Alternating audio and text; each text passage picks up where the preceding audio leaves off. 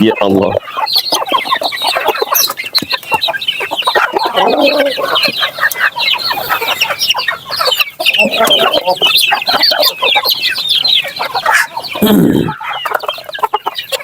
Oke.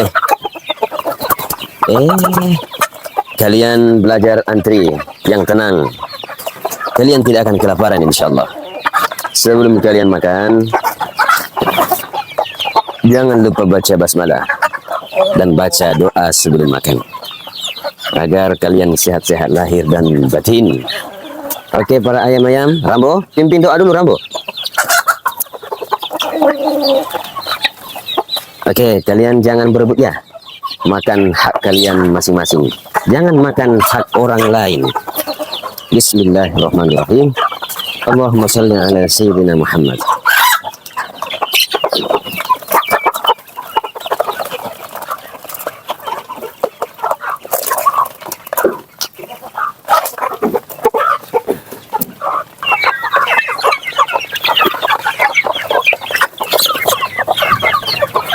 Gimana? Sudah habis?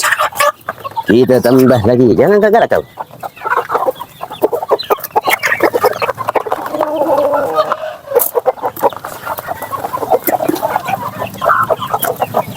Kalian tidak akan kelaparan insyaallah. Ya, begitulah. Kalian harus damai. Kalian harus tenang. Tidak boleh saling bertikai. Apalagi merebut hak orang lain. Orang lain. Apalagi merebut hak ayam lain.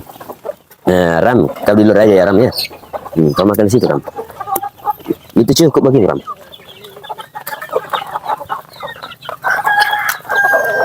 Kau masuk lewat mana?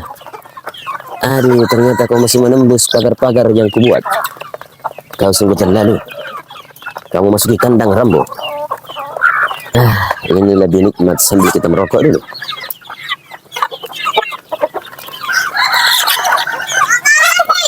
Enak.